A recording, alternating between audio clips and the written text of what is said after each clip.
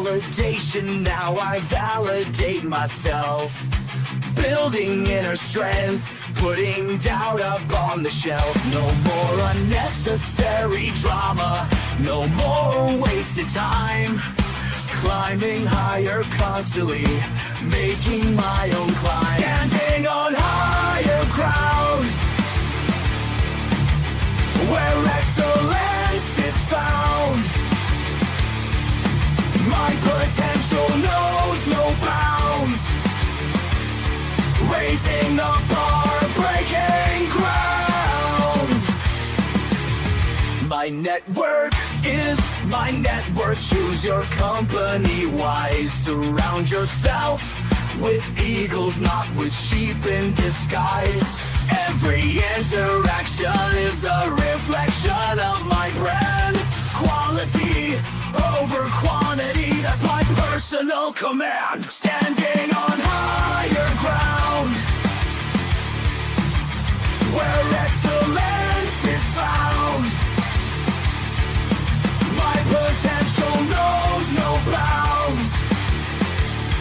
Raising the bar, breaking ground. Whoa. I'm not just living, I'm manifesting my vision. Cutting through limitations with surgical precision. My expectations are my compass, my respect is my shield. To mediocrity and chaos, I will never yield.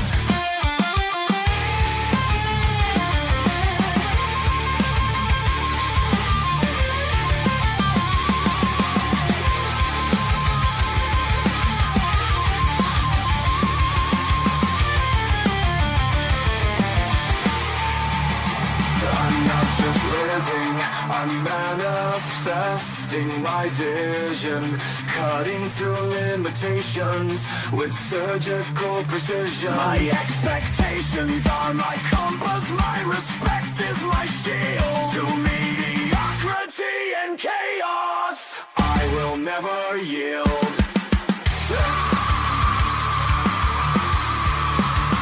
Standing on higher ground, where excellence is found. My potential knows no bounds. Raising the bar, breaking ground.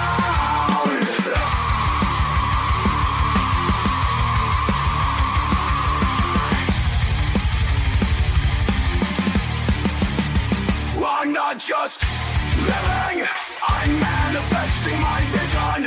Cutting through limitations with surgical precision. My expectations are my compass, my respect is my shield. To mediocrity and chaos, I will never yield. All right, ladies and gentlemen, welcome to Nat. I'm your host, Xander, where we're talking about this, that, and everything in between. It worked well today. We had to update the Google browsers, the Edge browsers, the Chrome browsers, Firefox browsers, data dump, Windows update. There's a lot of shit happened since we got off of yesterday's show, man. Because when I told you everything crashed yesterday, everything fucking crashed yesterday. I was not expecting that. But you gotta double check your technology because when the updates do come in, the outdated version doesn't work the way you want it to work. Now, we're live 7 nights a week, and as you experienced yesterday, we do not let the sun rise without going live, but we don't always start on time. We work through the complications.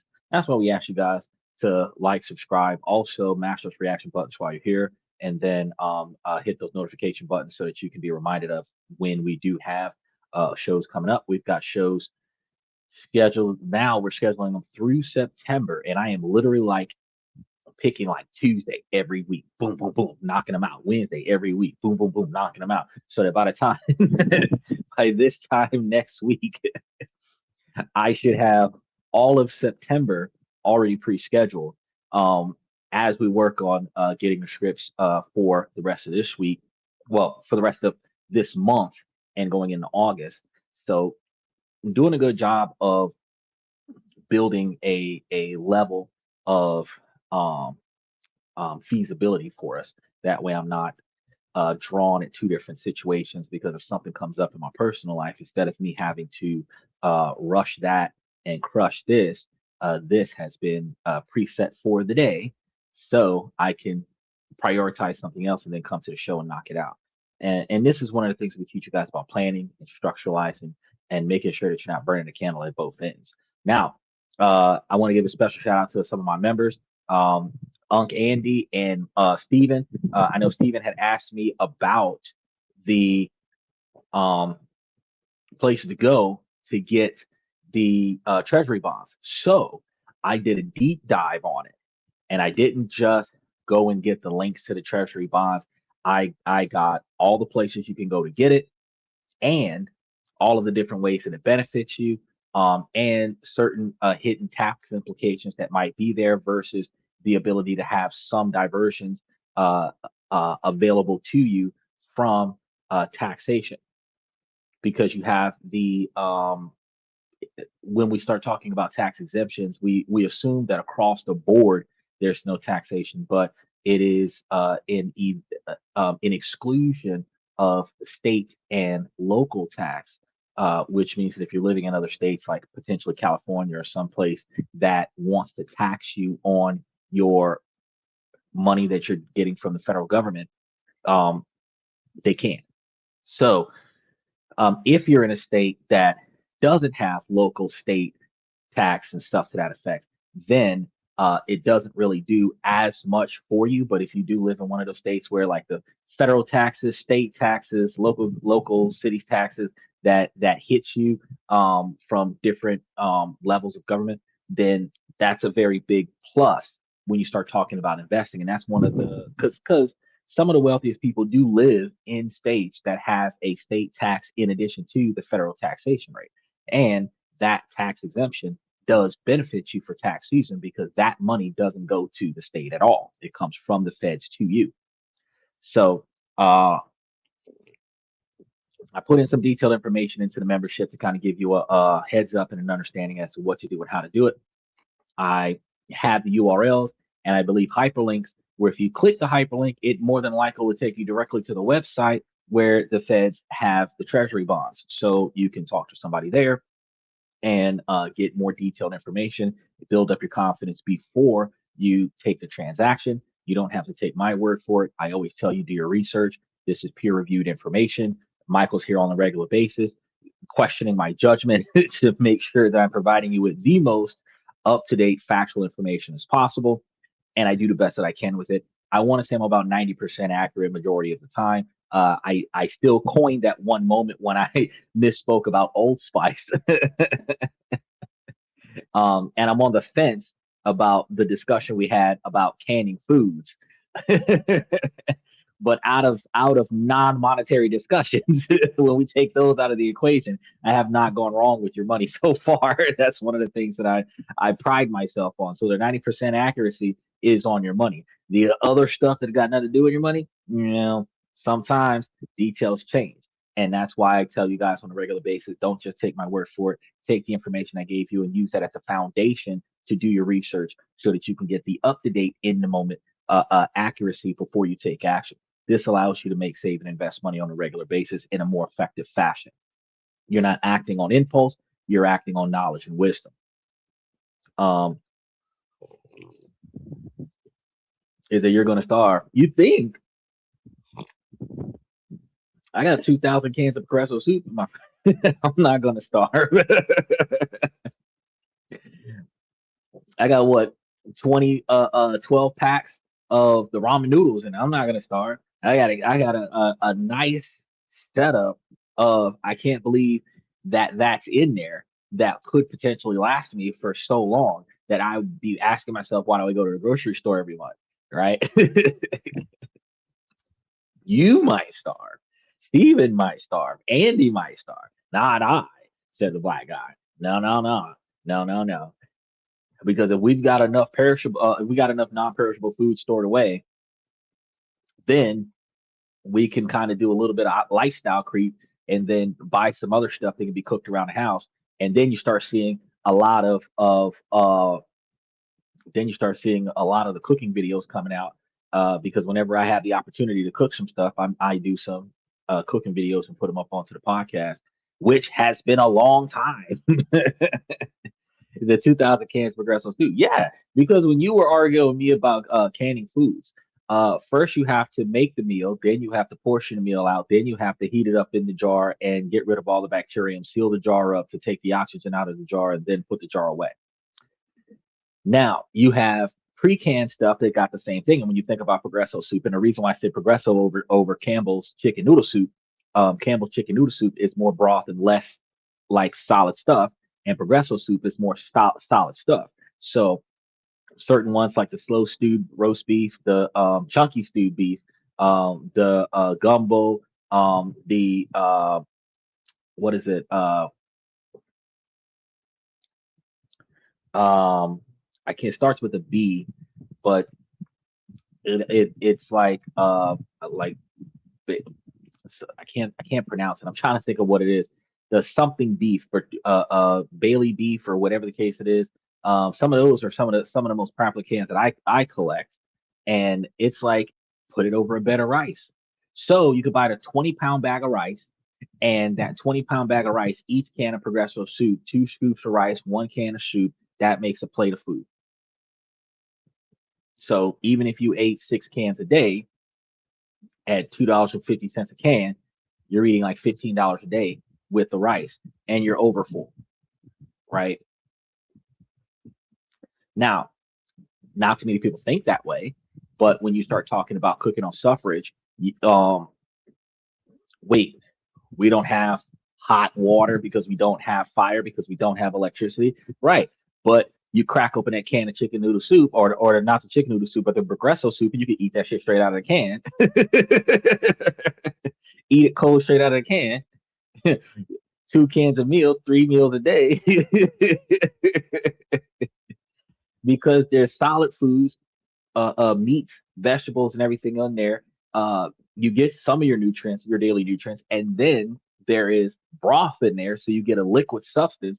So even in the most destitute situations, stuck in a desert, whatever the kind of scenario you can start talking about there, it's not like you're going to starve to death and die from thirst, because if you eat the food and drink the broth, you've got solid food and fluid in your system on a regular basis. All right. I can't say that at the end of the world scenario that'll last us forever, but 2,000 cans, that's a produce salad at the Walmart. But it's enough to last you quite a long time. He says, when the stock market has a 90% correction and the currency goes through the reset, we better have some canned foods.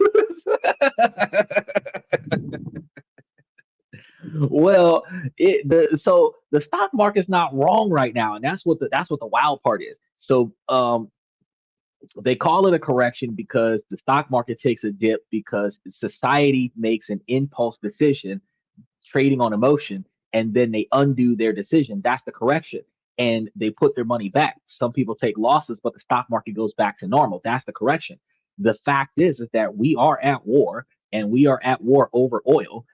And that means that our goods and services are going to go up because everything that requires oil is going to cost more money, and gas prices are going to go up. So there, and since it was a steady scenario in May, June, and July, it's going to continue to be the same going into August and September. And the only difference is that instead of the gas prices continuing to skyrocket through the roof because we're going to use less gas in the fall, we're going to not have a gas plummet, but we're not going to have a gas increase in September and October. So we're likely going to see, if we're still battling in September, October, November, when gas prices should have dropped $1 per gallon, we're going to probably see the same $4.50, $5 a gallon, but we're not going to see $6 and $7 a gallon. So, but while we're looking at $5 a gallon year round, we're looking at eggs being like $15 a case, milk being $10 a gallon. We're looking at loaves of bread starting to cost close to $10 a loaf.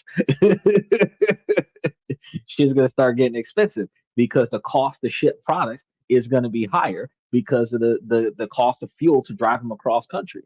The cost to ship them here is going to be higher, plus the tariffs that's still going to happen. So, Progresso soup is like the best thing since everything for real.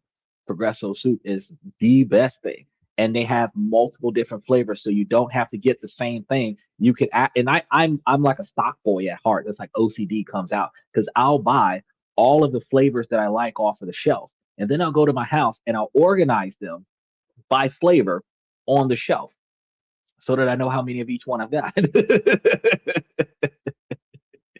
So when they see me walk into the store, I literally take the whole shelf and put it into my cart, and then I walk that bitch to the cash register, and they like, ah, wait, 300, 400 cans per transaction.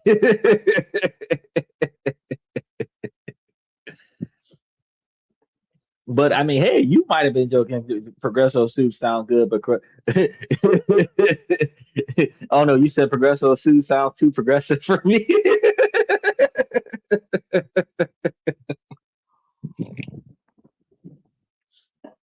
Well, it's not liberal suit. It does play a little bit of conservatism into and frugality into spending. But yeah, it is definitely good. He said chili. Well, they got I don't know if Progresso's got the chili, but they do have the Chef Boyardee and some of the other ones that are competitive to the Progresso soups that do have for like an extra 50 cents a can more, like the chili based ones, spaghetti and meatballs and all this other stuff. SpaghettiOs, you can get some of those. But it's still somewhat of the same stuff because instead of you having to go through the process of making the food, which costs you 2 to 3 hours of your day or more of prep time plus the cleanup time, then you have to buy the jars, which cost more than the pre canned stuff. Then you're gonna have to do the process of sealing it up without fucking it up, so that you're not wasting the food. Then you've got to store it. That process takes more effort, and the startup takes more money, and your return on investment, since the jars that you're buying are like $1 or two more than a can of Progresso soup in the first place, you're not really going to see the return on investment for like 5 or 10 years of recycling those jars. Which means that let's say that you had like a wife and kids, and the kids were like 15, 16 years old, they knew what they were doing, and the family was doing this as a collective, then yeah, Michael would have had a fantastic idea. Jar that shit up, put it up on the shelf.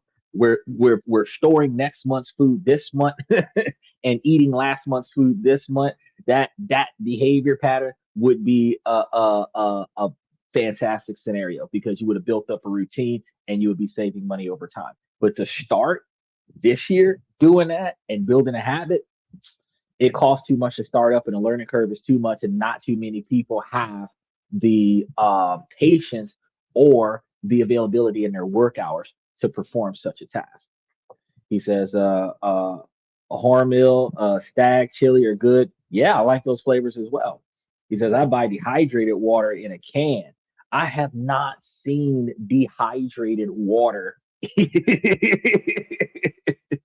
What the hell does dehydrated water look like? I have not seen, because dehydrated water is oxygen.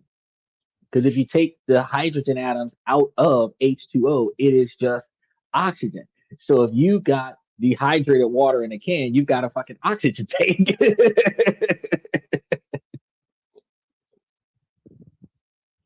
That's wild, Michael. That's wild. He made me use my biology mind on that one.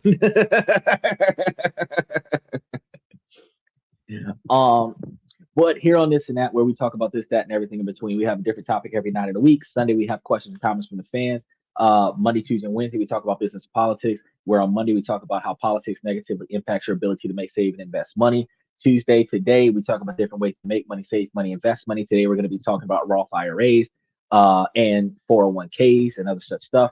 Then Wednesdays, we talk about different countries around the world that you can invest and live in. Thursday, Friday, and Saturday, we give you guys information about personal development, self-improvement, relationship topics, negotiation, socialization, building your brand. And then we talk about raises, promotions, retirement, forced retirement, severance packages, termination, and then building your 20 and 30-year plan. Because if you know where you want to be at in your future, you can plan that today. Making a plan is not a guaranteed situation, but making a plan is somewhat of an outline. And as things change in your life, you're able to pivot and change your plans, but you can get closer and closer to your perceived outcome. But in order for you to know where you're going, you can't figure out how to get there if you don't know where you're going. You can't expect even your GPS to tell you how to get to your destination until you have identified what your destination is. The difference between take me to New York versus take me to the front door of Madison Square Gardens is the detail in destination versus take me to the back door of the Yankee Stadium, right? The difference is in the details. So you can have a peaceful life, you can have a healthy life, you can have a happy life, you can have a life with no responsibilities as a byproduct of the plan that you're going to build. But building the plan to accomplish that's one of the things that you guys have to focus on. So if I was to, and this is like a really good first date kind of question, first or second date kind of question, asking people what are their plans for their retirement, what are their plans for their future, where do they see themselves in the next 5 or 10 years, and how do they plan to get there. Those are the kind of questions that you can really pick their brain. And the first answer, it doesn't matter if it's a male or a female, when you ask these questions, the first answer they're always going to give you is I don't know, I never thought about it, well, maybe, now that I think about it, this. That's what they're going to put out. They're not, and it's always going to be a Miss America pageant answer. It's never going to be a detailed, rolled out, like Pinky in the Brain, I'm going to take over the world kind of Saints Row Mission 2. We're going to do the bank heist. It's not going to be that GTA 5. We're going to go and rob the jewelry store kind of plan of action. It's going to be a simple, from now until I get there, I expect to be successful. Define successful. Right? So it helps you think a lot more. If you're single right now, you're looking for a relationship, vet your people for these types of criteria. You have to be able to have a freaking answer for your own question and really figure out where you want to be at with your life. But when you start paying attention to these things, you start realizing who's more suited for your objectives based on their life goals. Because if their life goals ends up being short-term gratification and your life goals are long-term satisfaction, you will find that in satisfying their short-term gratification, you delay your end goal. And no decision that you're supposed to make in your life should conflict with or compromise with your ability to reach your end goal. You have, and I got to tell you a story. I was taking my dog for a walk. We was out there in the neighborhood. A neighbor's dog got loose, and I drew down on the dog. Then I thought about it, and I said, "Hold on a second." I holstered, and I said, "Wait, let's see what he does." And he turned out to be a big teddy bear that just wanted to go to the bathroom. And I was sitting over here, all right, well, let's go to the bathroom. And I'm Dr. Doolittle walking down the street with the neighbor's dog. Neighbor's dog's dragging his leash behind him. My dog is off the leash beside me. We're all over the neighborhood walking around. I had to bring my dog home and then bring their dog back to their house, tie their dog to the porch, go back to my house, get a note, go stick it on their door like, hey, I'll walk your dog for you. But the dynamic is instead of jumping and overreacting to a scenario where I could have put like 12 rounds in this animal, I decided to see where this goes and really assess the situation before reacting. And in life, every decision that you make should require the same type of diligence.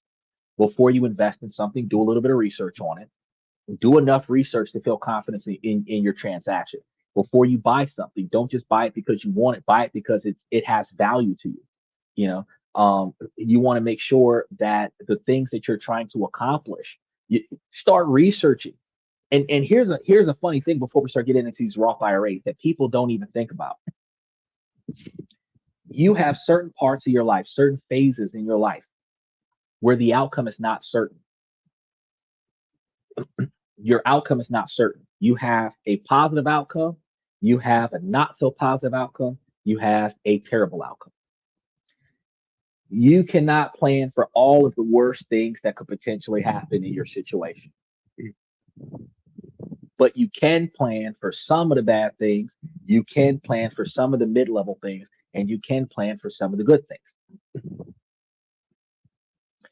If your situation ends up with you getting a pay raise or a bonus or winning a large quantity of money, what would you do with the money? Where would you put it? What how would you distribute it? If the money is being issued to you with conditions, how do you meet those conditions without risking losing the money or without risking losing something else? If it's a mid-level situation where you have less work to do, um, and more money, but it balances out, we're still getting the same quantity of pay. What are you going to do with the extra free time? Are you going to fight your way into getting more hours so that you can make more money, or are you going to enjoy the extra work-life balance that you attain? If things go south and you have extra work to do, how are you going to balance your time? Are you going to put more effort into accomplishing the harder things, or are you going to micromanage some of the little things, or are you going to delegate some of your responsibilities to some of your network so that they can take some of the workload off your plate? You have to figure these things out. As you know, potential scenarios are coming your way. What if I am successful? What will I do?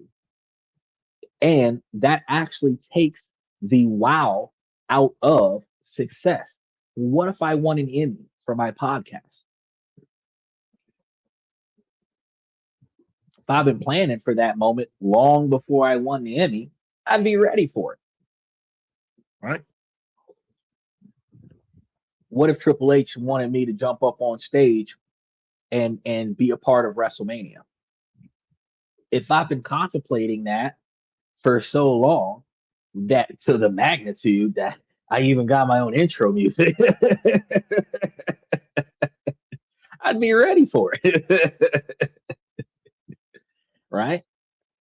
These are the things that, while it's not always guaranteed, it just gives you a better way to assess situations. And then you're not making decisive impulse situational decisions that will compromise your future. And that's one of the things that you really want to avoid is those impulse decisions. Michael says that we plan for the worst things in life and hope for the best things in life. Right. And that's true. We always think about that. You know, we hope for the best, we plan for the worst, and we take whatever happens in between. But why not also plan for the best as well? Why not plan for the middle ground? Because if you plan for good things to happen, you already have a plan. If you prepare yourself for the worst things in the world to happen and nothing happens, nothing bad happens, you still don't have a plan to move forward. You're just kind of winging it because the shit didn't hit the fan. How would you feel if you were Arnold Schwarzenegger in the Terminator and nobody was trying to take out your target? You just went back in time and you're just babysitting this kid. Like nothing's happening. You went back into a certain timeline where there's no technology that's going to lead to what happened in the future, and you're just there, just like watching this kid for no reason. Like you have to prepare for the good times. You have to prepare for when there is no chaos. Yes, prepare for chaos, but also prepare for the good life, right? It says, I delegate, I get more projects done. Then, if I try on my own, that's true. If you delegate, you will get a hell of a lot more stuff done than if you would try to do everything by yourself. Now, that only works if you are delegating instructions to people who are productive. Because if you delegate your instructions to people who are lazy as fuck, you will spend more time complaining about the fact that the project you gave them hasn't gotten completed than them actually completing the project, which they're failing you, but by them failing you, you are delayed on your objectives, which puts you in a compromising position because now you have to juggle getting done an objective that you delegated to someone else, in addition to trying to complete the objectives that you already laid out before yourself because you trusted that person to succeed and they failed you. And now you have to pick up their slack and carry your own weight at the same time. And that's an even bigger stress than just doing everything by yourself. So you have to vet your friends, you have to vet your family, you have to make sure that the people that you delegate stuff to are actually not just capable, but willing to perform. Because they can be highly capable and be lazy as fuck and swear to God, I can't, when they really could, they just don't want to. And they will leave you hanging because they don't want to do it. And while there'll be a huge disappointment to you, the fact is the responsibilities are still falling on your shoulders because the shit's not getting done. Like the strongest person in the world in their army is about as weak as their weakest man. You know, the strongest, the most successful ship is the slowest and laziest employee. The most successful area of the school is the dumbest kid in the class. You know, the most successful area of your family is the most incompetent person in your family. So, and the reason why that is because in a collective, when we carry the weight of the fuck ups are the ones that takes extra resources out of the collective, which ultimately compromises forward momentum from the collective. He says, by the way, your friend problem solved. Yeah. Yeah. I solved this problem. I usually do. That's why he calls me. He says, here on the way out. CHR on the way out. No, no. I named my pistol Human Resources, so I don't think they want to talk to Human Resources.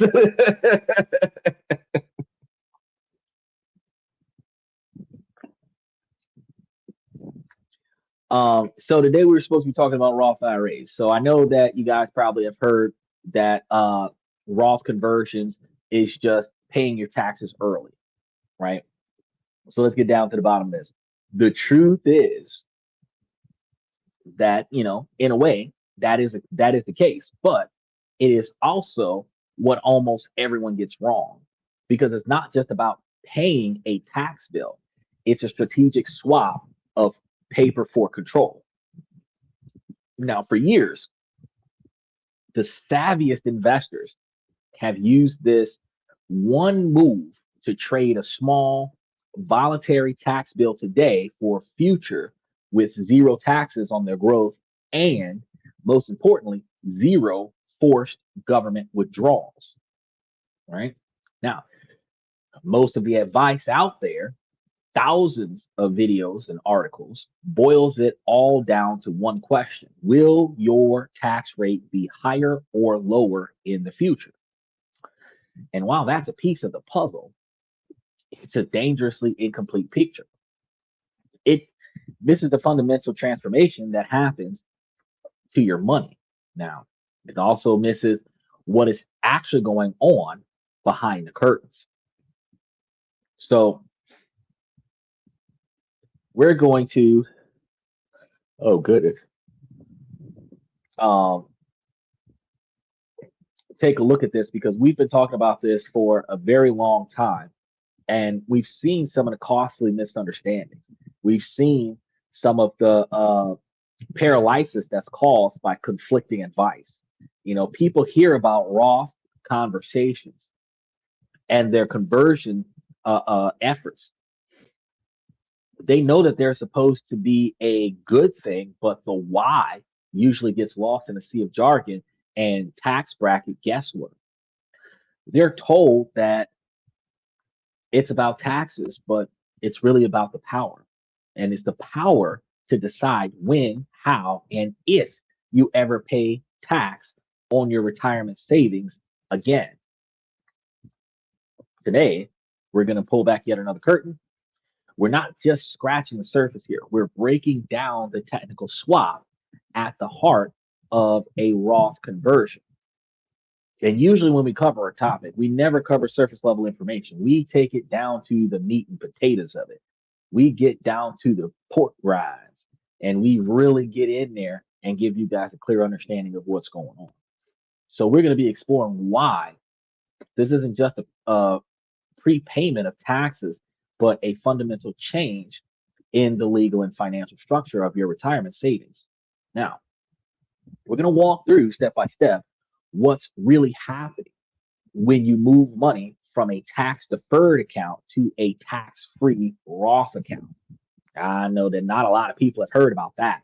And we're going to be talking about why this shift is one of the most powerful tools that you have to secure your financial independence. Now, I'm gonna be honest with you. With the stock options that we were talking about over the last 2 years, if you can pull 15% return on investment in a tax-free Roth account, that is some big ass spit because you're not dealing with tax drag. You can just reinvest, reinvest, reinvest. And when you retire, all of whatever went in there is going to still be in there. So before we can appreciate that solution, we have to get painfully clear on the problem. And the problem is going to be this: you don't fully own your traditional IRA or 401k. That might sound shocking, but let me explain. When you contribute to a traditional pre tax retirement account, you get a tax deduction today, and it feels great. Your taxable income goes down, and you see a pile of money while your name is on that stack of money growing tax deferred. Deferred means you owe it later, not today. Now, you see that as a big balance and you think that's all mine, but it isn't. It isn't. Figuratively speaking, you have a silent partner in that account, which is the IRS. The government has a claim on a piece of that money and they will come to collect it eventually. Now, that claim is the future income taxes that you're going to owe on every single dollar that you withdraw. Every dollar of your contribution that you get a deduction for, and every dollar of growth, it's all a taxable event waiting to happen, right? Now, while you legally own the account, there's a significant built in tax liability that belongs to the government. Not too many people pay attention to that part. They say you gave your buying power away until retirement. Yes, yes, and not a lot of people are aware of that. I have not dove into the utilization of Roth IRAs and 401ks as of yet because I have observed the structural restrictions that compromises my ability to perform, which leaves me in a position to determine a more lucrative and liquidative solution to my investment portfolio. I strongly believe that when I can sit on $7,500 a year or more to put into a Roth IRA, then I will restructuralize the way I do what I do. But I find that it would probably be more beneficial for me personally, instead of trying to battle with the legalities of a Roth IRA. I recognize that in poor health that I'm going to need the benefits of a health savings account in the future. So I should split my investment availabilities into two separate categories: exploding a traditional brokerage account and then taking the dividends and exploding on a traditional health savings account. Now, for me, that would be a perfectly good package deal because if I'm using my principal to build on my brokerage account, and then I'm using the dividends from the brokerage account to build on the health savings account, any tax deductions or tax exemptions that I get for putting money into the health savings account, that comes out of what I would have been taxed on my uh, uh, um, brokerage account. There are certain ways that you can put your money in certain places, but there are certain things that has a drawback. Like I found out earlier that you can create a specific type of trust for elderly individuals that are on Social Security that does not negatively impact their Social Security disability. The problem is that when you die, before any extra money in that trust can go anywhere else, it must pay off Medicaid first. Whatever your Medicaid bills have been for the entirety of your life, that has to be reimbursed first. And then if there's any money left over, your legacy would get the money. If you're trying to build the type of lifestyle where your life is protected today, you're not focused on tomorrow. But if you're trying to build a type of lifestyle today that will have your kids taken care of, your grandkids taken care of, your great great grandkids taken care of, you have to make different strategic moves because the triggering life altering process of your plan is when you die, what will happen next to the money? We recognize that trusts have higher taxation than personal income.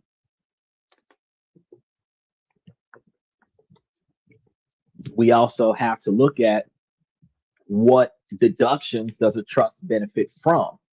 Not going to be nearly as much as an individual, and probably not as many as a business or corporation. If you have a business that is owned by the trust, where the pre-tax money goes to the trust from the business where it is non-tax income, or actually already taxed income that doesn't earn interest in the trust, that particular trust could potentially hold money to funnel down to the beneficiary. But if the trust earns revenue, the trust is going to have a higher quantity of taxation than a business or an individual. So you would have to determine, is it financially worth it to have that revenue taxed through the trust, just so that you can have the peace of mind of not having your money in your trust directly impacted by your vulnerability to a lawsuit. A lot of other people, especially when you're building wealth, when you're going from zero to half a million, you might find yourself feeling that it is more effective to not start throwing all of your money into trust accounts and everything to that effect until after you cross over $250,000 worth of holdings, which does make a lot of sense. But now you've got to be careful about what you do and how you do it, because if you got $250,000 worth of holdings that's directly tied to your name, then any type of scenario that could lead you into legal action could cause you to lose that $250,000 worth of holdings. So when you start finding yourself in positions where you're getting millions of dollars, if you ever make it that far, you find yourself in those positions, you get that money, and that's when you start saying, hold on, throw this in a trust, put this here, put that there, issue me uh pre-tax money so that I don't have to pay taxes on it, kind of situation. And then uh uh set the bar like that, so that when I get money, it's free money because the trust took care of it, because the trust could afford to take care of it, right? It's not a perfect system. There isn't a perfect system where you're going to get away scot free from taxation. However, the system is supposed to be designed where money makes money for itself so that you can find yourself in a position where you no longer have to struggle. And like Michael said earlier, you delegate a lot of your responsibilities to other sources so that those sources handles the stressful parts of your life. For example, if your trustee is issuing you money every month, let's say on the first of every month you get a deposit. Well, what that means is that for the next 30 days, whatever that stack of cash is going to cover whatever it is that you need. If your life is budgeted around that stack of cash, you can oversee what they do with the rest of the money to make sure that they're not skimming off the top, but you don't have to deal with the pressures of organizing all of that stuff, moving everything around, dealing with all of the tax forms, making sure that everything's legit, making sure you don't get audited, making sure your stuff doesn't get seized, all of that stuff. When you delegate certain stuff in your house to the help, so you get housekeepers, you get landscapers, you get chauffeurs. Now you don't have to worry about the stress of driving from place to place. You don't have to worry about cooking and cleaning. You don't have to worry about taking care of the yard. You have bought more free time to focus on other things that should matter to you, like one, making more money to pay for all of this shit, but two, enjoying life. For decades, you and the government have had a simple agreement with one another that not too many people know about. You grow the account and they wait patiently. And they're happy to let it compound because their share of the account grows right alongside yours. So think of it like a farm. You're planting the seeds and tending the crops, and the government has a lien on a percentage of the future harvest. The bigger your harvest, the bigger their take. So this patient partnership is something that you have to pay attention to, and it has an expiration date. It ends the moment you hit your 70s. This is when the government's passive waiting turns into active collections. Now, this is the world of required minimum distributions or RDMs. And this is the part that nobody talks about because we're always encouraging everybody don't tap into your Roth IRA and your 401k until after you're 65. Don't some is like 59 and a half, but like wait till you're 65 before you start tapping in.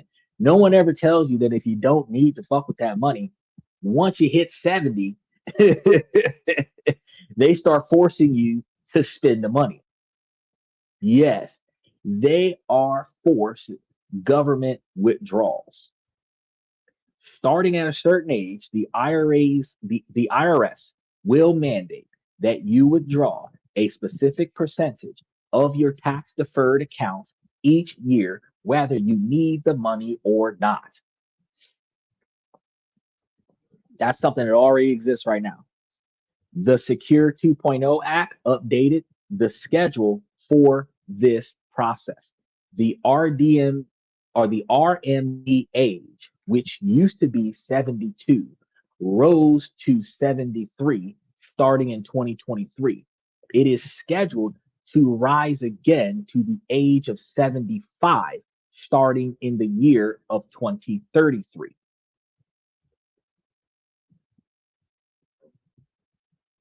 Because at 70, they'll force people to turn into millionaire playboys. Well, yes and no. Yes and no. Because here's the Hugh Hefner lifestyle is every man's dream is to have a house big enough to have a bunch of Playboy bunnies wandering around the house. God knows what you're imagining with that kind of harem. But in order to have like 5, 10, 20 women living in your house, not giving you a fucking headache, you would have to have enough money there to pay for all of the bullshit that they want, feed everybody, and make sure that all the stuff around the house is being taken care of. So unless you're going to build the kind of Hugh Hefner harem where the women brought the money into the house to cover them being in the house, unless you do that, and maybe throw a few Diddy parties on the side, unless you do that, where people got to pay to get in, a house party every month because they gotta pay the bills, gotta keep the lights on. Unless you do that, you're not gonna have that much of a Playboy lifestyle, millionaire Playboy lifestyle. But when you think about um the downside to it, because you think, well, yeah, if I got $500,000 a year, or if I got $500,000 or $1 million saved up, then yeah, I can pull out $100,000 a year because they forced me to, and I can live that big baller shot caller lifestyle, right? But picture this. Picture that you probably got closer to 300, $400,000 in there, right? Now, that money is supposed to last you until you're, you know, 90 or 100. 300 grand isn't going to get you to 90 or 100. If you were living off of the interest of your investment, maybe. But if they're forcing you to sell dividend paying stocks, they're forcing you to deplete your holdings. That is not a Hugh Hefner lifestyle. That is going for broke long before you're ready. Because depending on your lifestyle, even at 10% return on investment, if you have $300,000 in a brokerage account that's giving you 10% or more, right? And let's say even if it was giving you like 13, 14%, they were taking out that extra 3 or 4% for taxation. where you ended up after taxes with 10% return on investment. That's still 30,000 a year off of your $300,000 brokerage account, right? So it's not a lot of money, right? But if you're holding it and your standard of living, where all of your bills and basic necessities are covered under $24,000 a year or $20,000 a year, you still have $10,000 a year to live the good life within reason. And I know it doesn't sound like a lot of money, but when you think about, if I was getting $30,000 off of a $300,000 holdings that took me 10 or 20 years to get, if I was putting away $15,000 a year, it might take me 20 years to get $300,000 in a brokerage account. And if it's paying me $30,000 after taxes, everything that I would want in life every year costs 24,000, which means I got 6,000 to go to the Philippines once a year for 3 months. That type of lifestyle would be considered the good life for retirement because it would fund my lifestyle permanently. But if they force you to sell the principal, that 300 grand ain't going to last you for the rest of your life. The 300 grand will run out. That's the other half of it. And that's what people don't think about. Is you have a good point. So why is the government forcing people to withdraw money? Because they don't get paid until you start taking money out. They don't get paid. So that the issue is that if you die before you spend the money, it is not likely that they're going to get their cut. Inheritance has this thing where it resets the clock. The kids inherit whatever's there, and the kids start at a zero tax scenario. Right now, if they force you, if you 77, 172, you've got 15 years of life left, they can force you to sell now at the higher tax levels in comparison to what it was when you first started. Taxes will go up, believe it or not. We've been stable with our tax levels over the last few years, but taxes will go up over the next 20 years. And when you finally hit 70 years old, what you will owe in taxes then is going to be way more than what you would owe in taxes now. And the fact is that they want to get it out of you before you die. So they're going to say, well, you reached that age, you got plenty of money and plenty of time left. Give me my cut. And that's why they're going to force you to take your money out, because they only get paid on your withdrawals. Now, this is going to be a ticking time bomb that so many retirees are unprepared for because nobody talks about this. They spent 40 years or more diligently saving, watching their balances grow $1 or $2 million over the course of their life, if they were doing it diligently. They live the most modest lifestyles and they don't need to draw down that much money. But then the government comes in and they don't give a fuck. The RDM is calculated based on your account balance and your life expectancy, not your standard of living. So a 75-year-old with $1.5 million in their IRA might be forced to withdraw over $65,000 in a single year. And that $65,000 is added directly to their other income, including Social Security, pensions, you name it, which could negatively impact their disability, because with Social Security disability, if you're not getting the SSDI work credits, if you're getting SSI, you're not supposed to have more than $1,000 coming in.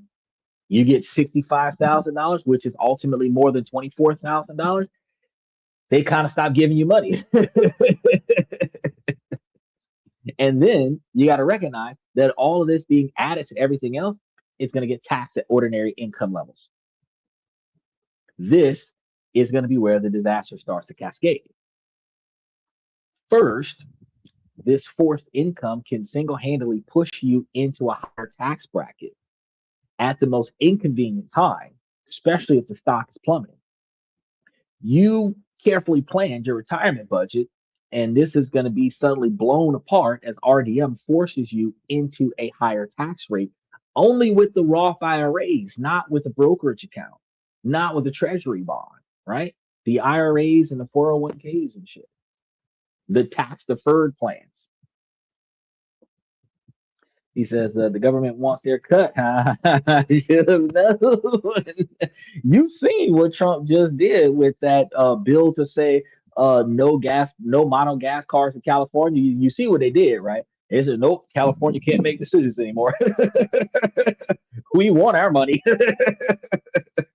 Pulled all of their exemptions. Said nope, California can't make decisions anymore. It's crazy. As long as we conform to the expectations of the wealthy, we don't have any problems. When we start ruffling feathers and start causing conflict, we start having problems. Now, the second thing that's going to happen here is going to trigger taxes on your Social Security benefits.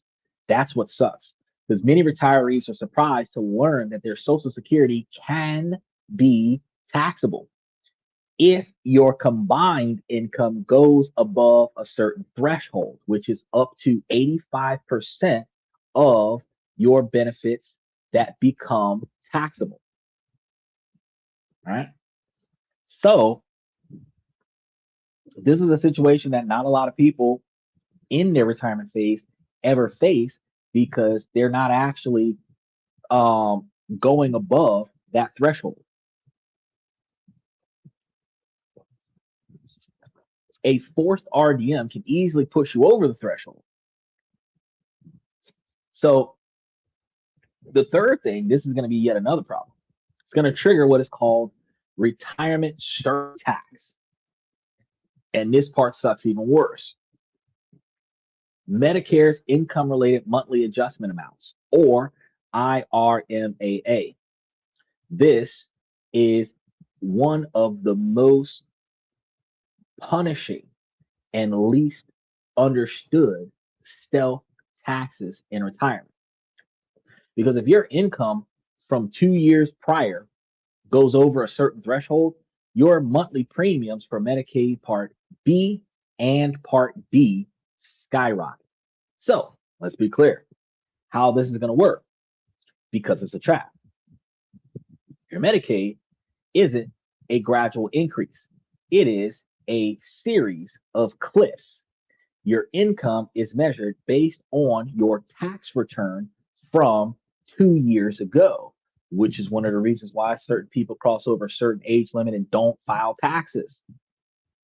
So, to determine your 2026 premiums, the government will look at your 2024 tax returns. The specific income thresholds for 2026 haven't been finalized yet, as they're indexed for inflation. But to give you an idea, the first surcharge in 2024 kicked in for individuals with a modified adjusted gross income of over 103,000 for individuals and joint filers over 206,000.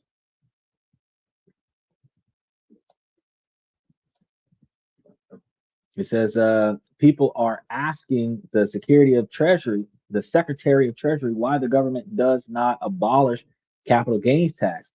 I think it'll never happen. Um, the government hasn't abolished capital gains taxes because the government doesn't make money yet. The reason why there's taxes all over the place, because you got to understand, sales tax and property tax, that's on the state and county level. Property taxes is going to be in your local county, the local city where the house is in.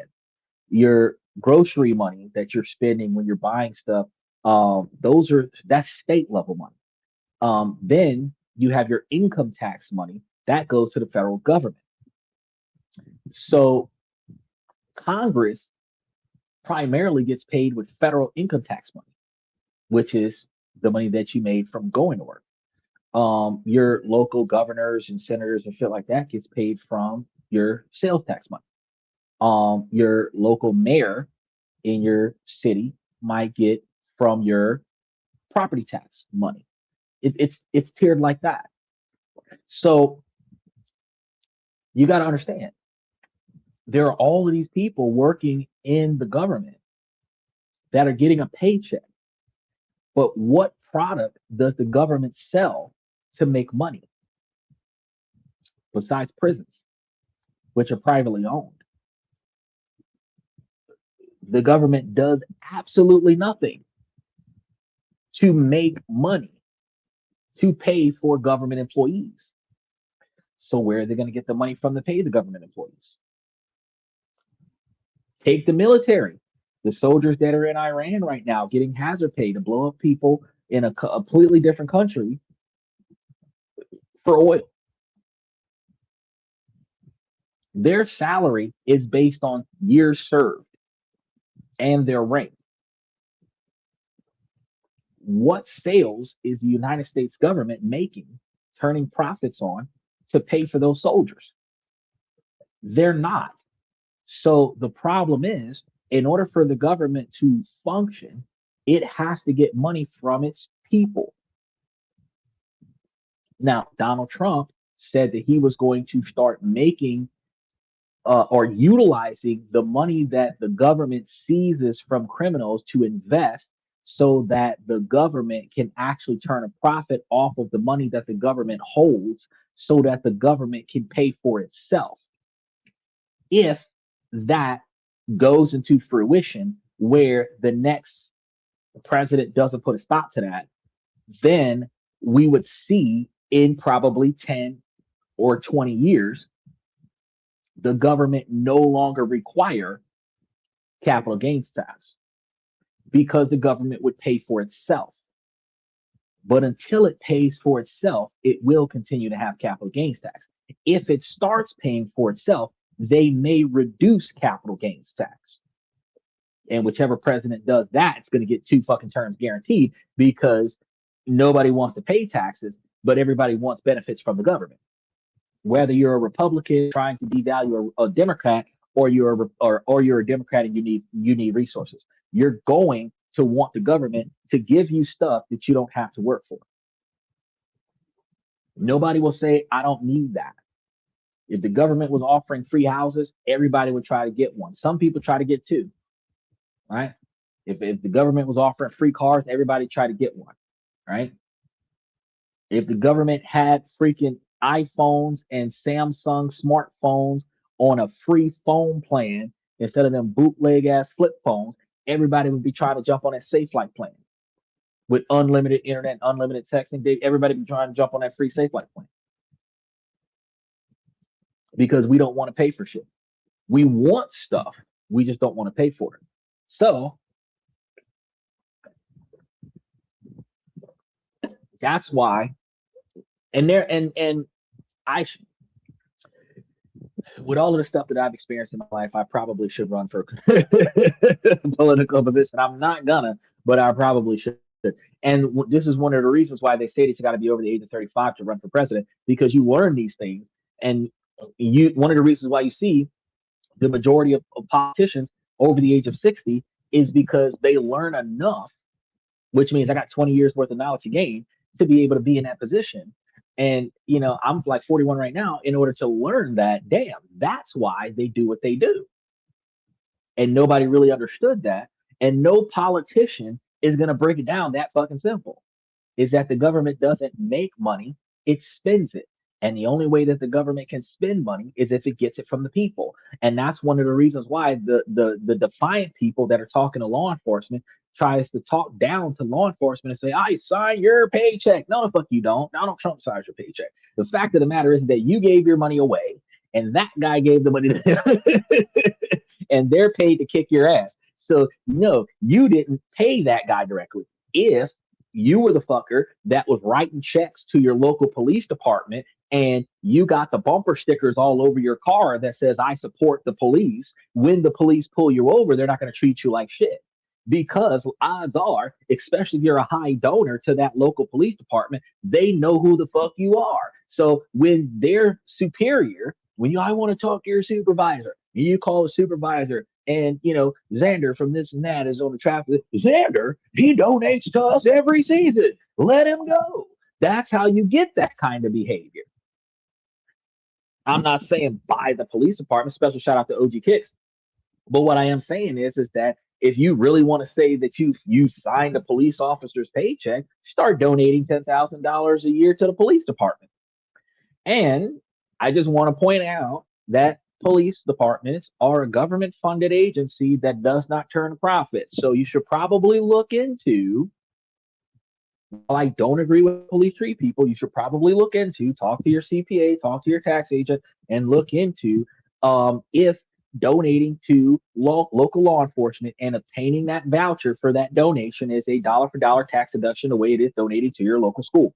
Because if it is, the same way you can gain a higher level of respect from your local public school when you put your kid in a local public school just by paying them directly, is the same way you will get a higher level of respect from your local government if you're paying them and then writing it off on your taxes at the end of the year. Because the IRS isn't going to tip them off and say, no, we gave them the money back. But it's equivalent to giving $2,000 to the server and then having the manager give you back $2,000 because you donated to the server. The server doesn't know. They don't talk to one another. All you have to do is show the manager, I gave the server $2,000. So the server will always see you and say, hey, let me take care of you because you gave me so much. But you're sitting here on the back end like, I got free work because that motherfucker's going to reimburse me. And nobody thinks this way. He says, is Medicaid like the post office that always runs a huge deficit? Medicaid, from what I've seen, is doing a damn good job with the veterans. I can't say all elderly people are getting everything that they need from Medicaid because we had Sterling up here complaining about the fact that he couldn't get his Ozempic for $1,200 a month for Ozempic. But the majority of people that get on Medicaid get what they're supposed to have. Now, the difference between the post office employees having deficits versus Medicaid employees having deficits, everybody's getting money out of Medicaid and Medicare. The people on the policy just benefit from the shit being passed around. But it's a large government funded scenario or government subsidized scenario. People are paying in from both ends because the people who have the policy pay into it out of their money and the government pays into it out of their money. There's money coming from everywhere. So if you work for Medicaid, it's like working for an insurance company. They're not short on money for the employees. It's short on money for policyholders when everybody starts taking out a big ass claim at the same time. If everybody got cancer and needed damn radiation treatment, you would see Medicaid start denying a bunch of motherfuckers. But just regular checkups, regular distributions of medication, pharmaceuticals, or big pharma trying to push this out there anyway. They're going to pay you money to push it off on your client. The government's going to give you money to push it off on your client. The taxpayer money is what they're giving you. So it's not like the government's going to be pissed off at the dollar amount, right? And billionaires are going to pocket the profit. So take the taxpayers' money, give it to Medicaid to buy medication from Big Pharma, take the profits from Big Pharma, put it into the pockets of the wealthy. Everybody's happy. Poor people got drugs, rich people got money. So I don't really think that Medicaid has a deficit. He says, to be fair, the current government inherited deficit spending that snowballed since Reagan's government.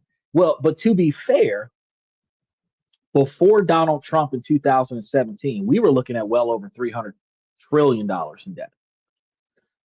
Between Donald Trump and, well, I can't say before. I know during COVID, we were looking at $300 trillion in debt.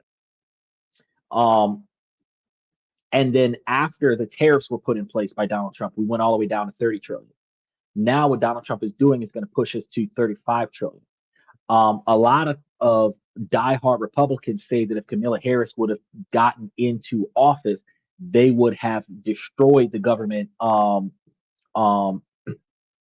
budget, especially when they were talking about giving $1.3 million to every minority that was a part of slavery or a relative of slavery, which probably accounts to less than 13% of the population, which would have probably been like 2 or 3 million Americans would have probably got $1 million, which means that, you know, they probably would have produced probably $1 trillion worth of debt just giving a bunch of poor people money so that they can die comfortably after living a life of suffrage. And the wild part about that is that the entire country would have been divided if that would have actually went into effect. I wouldn't have given a fuck because I would have been rolling in the money. I would have been related to somebody who would have got paid. But the principle of the fact is that the majority of people who would have gotten that would have wasted it. So yeah, she would have gave 1.3 trillion, or she would have gave away probably 1.3 trillion dollars to a few hundred million Americans, well, a few million Americans, and all of those Americans would have been broke before she got out of office. All of them would have been broke before she got out of office. Probably 5 or 10% of them would have still had money by the time she got out of office. So when we say, well, it's a snowball thing from Reagan. I mean, Donald Trump right now, we just talked about it yesterday, is doing things where he's kicking the can down the road as far as certain governmental policies and funding and spending, because you can't fix a $30 trillion deficit without making $30 trillion worth of profit. Okay, so here's the thing. In order for any one president to be responsible during their term for eliminating the deficit, what would have to happen is they would have to make $30 trillion of profit inside of a 4-year term, which means that they would be making like $7.5 trillion of profit in the government for 4 years. So that by the time they got out of office, we would have a $0 balance. And there's nothing in place right now that makes $7 trillion a year for the government besides taxation. So that's all they can do is kick the can down the road. He said that the president said that spoils should go to the victors. Maybe Iran will pay. Well, so this is the thing though. Spoils go to the victor. It means that once he finishes blowing up Iran, the oil may be cheaper because instead of him buying it from Iran, they might just take it from Iran for free, the way they took it from Afghanistan and Iraq, which would make the oil significantly cheaper than what it would be if they were paying millions of dollars. Instead of paying $200-300 a barrel, you're getting it for free, and then you're selling it for $200-300 a barrel. That's a significant profit. But you got to understand, the victors are not the American people at the pump. The victors are the politicians at the top. The victors are the billionaires right up underneath the politicians that pulls the strings on the politicians, lobbyists. They are going to be the victors. We might get $1.89 for gas again. That's about it. We might feel victorious because it's fucking expensive right now to go places. But if we spent less money on gas, we would spend more money on cigarettes and alcohol. So it's not like we're going to be more financially responsible if gas prices went down $3 a gallon. We would just drive more places, leave our engine running, waste more gas because it costs less.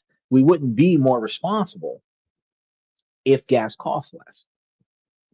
Because if people invested the money like you, I would support it. Fuck, if everybody listened to me, we wouldn't be broke. We'd be like Dubai, one of the richest places in the world. Well, Dubai is one of the richest looking places in the world. Very few people are hard up over there. There's a very decent financial structure with it, but it's also a crime to have debt. So everybody who's not breaking the law is not broke, right? The majority of our population has no problem with being broke because we run on a government facility that is induced on being broke. Because I mean, if you're $30 trillion in debt, you are technically in the hole. You are effectively broke as fuck on paper. If we had $1 million worth of debt on our credit score, we would have a credit score of fucking zero, right? But they're $30 trillion in debt. They're the wealthiest country. Makes you stop and think, right?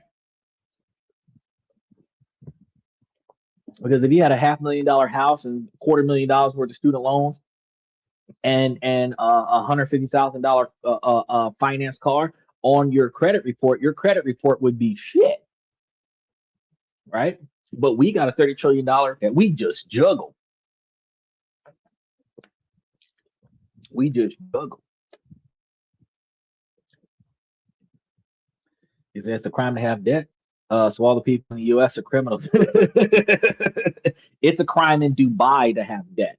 But yes, if we were in Dubai, we would be criminal. You do realize that places like Britain, England, and all those other places back before the First World War used to exile people for shit like unpaid debts.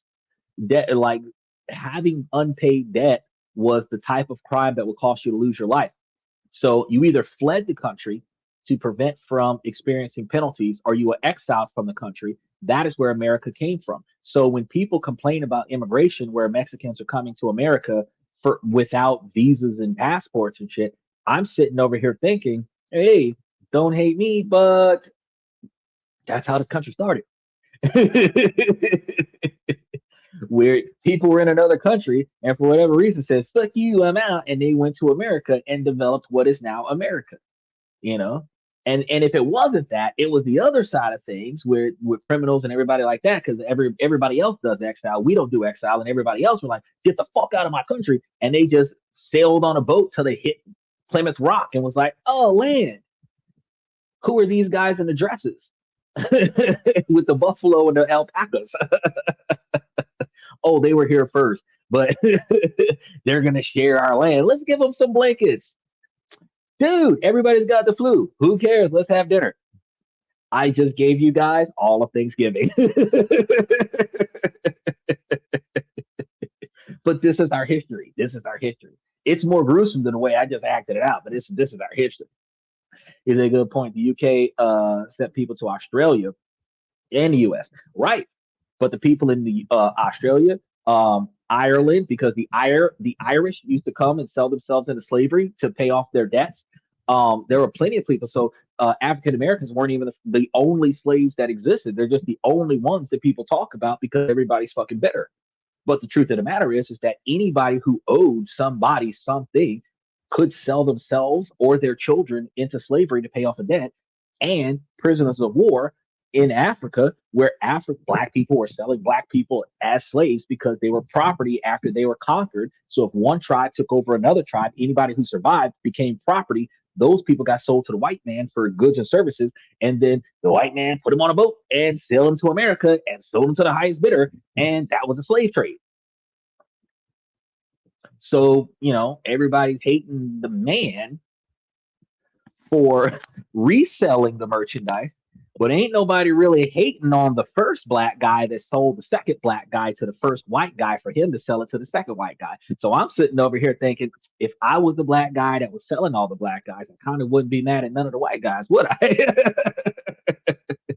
Now, I don't care who hate me for that, but let's just think logically, y'all. Let's just think logically, y'all. So when we start talking about down the line, how the government now is kicking the can down the road from Reagan era. Because wasn't it Reagan? I think it was Reagan or Nixon was one of the presidents that taxed the rich 50% and fixed the economy during the Industrial Revolution. But after that, no president ever. And originally, when taxes first came out, it was just taxing the rich. Then it went from taxing the rich to taxing everybody. Then it went from taxing everybody to giving deductions to the rich. And then it went from giving deductions to the rich to giving deductions to everybody. So it was tax the rich, tax everybody, deductions for the rich, deductions for everybody, but bigger deductions for the rich because somebody's got to pay for the tax bill, which ultimately is the poor. And that's one of the things that, we don't consider from person to person. And that's why I'm talking to you guys about how the tax bill is changing a little bit. It's still changing, even though it went to effect last year. He says that the United Kingdom is proud that they banned slavery in 1833, but the slaves did not get money. It was the slave owners who got compensated. Well, yes, you do realize that if a slave is property, if you have 300 cows on your land and the government's going to pay you for it, then you're going to get paid. Are the cows entitled to money? No. Why? Because they're property. As long as the laws under the New Testament of the Bible were preaching that certain people were legally and religiously the property of their owner, property doesn't have rights. The owner of property has rights, and that's universal. So when we think about that, we think about we think about a lot of different things, but they abolished it in 1833, and they did that because uh, people over there thought faster than America because America didn't do it until what, uh, 1940, 41, 45. I think by 1951 it started going into effect, and then we started having segregation, right? So a whole another 100 years later, America was like, oh yeah, we should probably do the same thing. But back to the main topic because we do got a contract in like 40 minutes. So I'm probably not going to be able to finish all of this today. I'm probably going to have to throw some of it into tomorrow and put the rest of it into the membership. But there are multiple tiers that we have to deal with our Roth IRAs and Medicaid. Um, as your income climbs, so does the surcharges that you're going to receive, and can reach hundreds and hundreds of dollars per person per month. So a large RMD in 1 year can lock in brutal high Medicaid premiums for you 2 years later. You're paying a penalty for having saved too much money for too long, um, in the wrong type of account. And this is the fundamental problem, which is one of the reasons why I haven't done very many pushes for Roth IRAs and 401ks, but I do tell you guys about it because it's one way to make, save, and invest money. Your traditional tax deferred account isn't a fortress of wealth, it's a holding pen. And when you reach RMD age, the gate swings open and the government begins the forced liquidation of your assets, triggering a wave of taxes and surcharges that you can't stop. And you start losing control here. And I've seen it devastate retirement plans.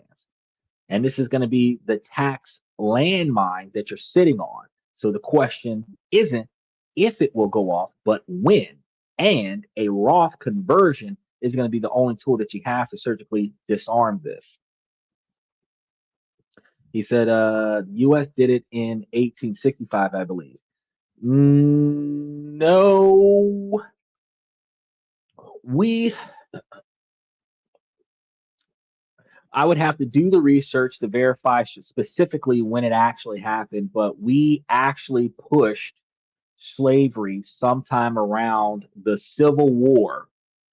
We abolished slavery in the Civil War, which I do believe was around 1942. And it lasted till about 1961, if I remember correctly. And somewhere in that area, if George Washington or Abraham Lincoln was like, hey, use the N word, they'd be perfect troops, put them on the front lines. And that's kind of how it started. So they took the free guys and gave them a choice and said, hey, you either fight for us or go back to your owner, or, you know, you had the other people that volunteered because they wanted to free their people, and you had all the minorities on the front lines, and you had the non-minorities on the back end. And that's part of the reason why the North beat the South by sheer manpower, the numbers game. But that was in the Civil War, and the Civil War happened in the 1900s, the mid 1900s. So slavery continued for 100 years after the United Kingdom abolished slavery. Yeah. So, how do we disarm the ticking time bomb of the RMD? This is going to be where we move beyond paying taxes early and into the reality of the technical swap. A Roth conversion isn't a payment, it's a transaction. You are fundamentally altering the DNA of your money. So, we're going to break this down real quick. If you imagine your traditional IRA, this is a business that you co own. You did all the work, but the government, which is your silent partner, owns a percentage, let's say about 25%, representing their future tax claim. So if the business is worth 100 grand, their stake in the claim is going to be worth about 25,000. If you grow it to a million, their stake will be worth about 250,000. They have a claim on the principal and all the future growth of that principal. A Roth conversion is the act of buying out your partner. You go to the government and say, hey, I want to settle our partnership. What do I owe you today? They look at your $1 million IRA and say, our share is 25%. You pay us $250,000 now, and the entire business is yours. All future growth belongs 100% to you. We will never ask for another dime. That's how that works. That's when you do the conversion. This is the trade. You use money from outside the retirement account. This is critical to pay a voluntary one-time tax bill. You're satisfying the government's entire future claim on that money. The lien that the IRS has on your account is extinguished forever. People get stuck on the pain of that upfront tax bill because it's a shit ton of money. But that premise that they're focusing on is the cost of doing business, not the value of long-term growth. You're not just paying the taxes, right? You are purchasing two of the most valuable assets that your retirement can own, which is tax-free growth and complete unilateral control over your financial future. So, what's the physical situation that's happening here? Well, actually, pretty simple. Visualize two buckets. One on the left, you have your tax deferred bucket. Tax deferred means that you take this money, you put it into your IRA, you don't have to pay taxes on it this year. This is going to be your traditional 401k or IRA. Every dollar here has a string attached to it. The IRS is watching it, and it is subject to the taxes and forced RDMs later on. On the right, you have tax-free buckets. This is your Roth IRA. Money in this bucket is financially equivalent of a tax-free sovereign nation, meaning that the money that you're going to put in there, you pay taxes on it on its way in so that you don't have to pay taxes on it later on. Once inside, it's going to grow 100% tax-free. Qualified withdrawals in retirement are also 100% tax-free. And when I say qualified withdrawals, we're talking about the things that you can withdraw the money for before a certain age, and anything that you can spend the money on after you withdraw it after a certain age is qualified withdrawals. A Roth conversion is just moving money from the tax deferred bucket to the tax free bucket. You tell your financial institution to move, say, $100,000 from a traditional Roth IRA to your Roth IRA, right? At the end of your year, that $100,000 is added to your income and you pay taxes on it. That's it. But look at what you've accomplished. The money that was once under the thumb of the IRS is now free. It has been passed through a taxable customs checkpoint and is now in a jurisdiction where the old rules no longer apply. And this isn't an accounting trick. The legal framework governing that money has been permanently altered. And since the Tax Cuts and Jobs Act of 2017 that we was talking about yesterday, this move is generally irreversible. So you can't undo a conversion. So the decision must be made with care. And this brings us to the ultimate why. Why go through this trouble? Because you completely reverse the power dynamic.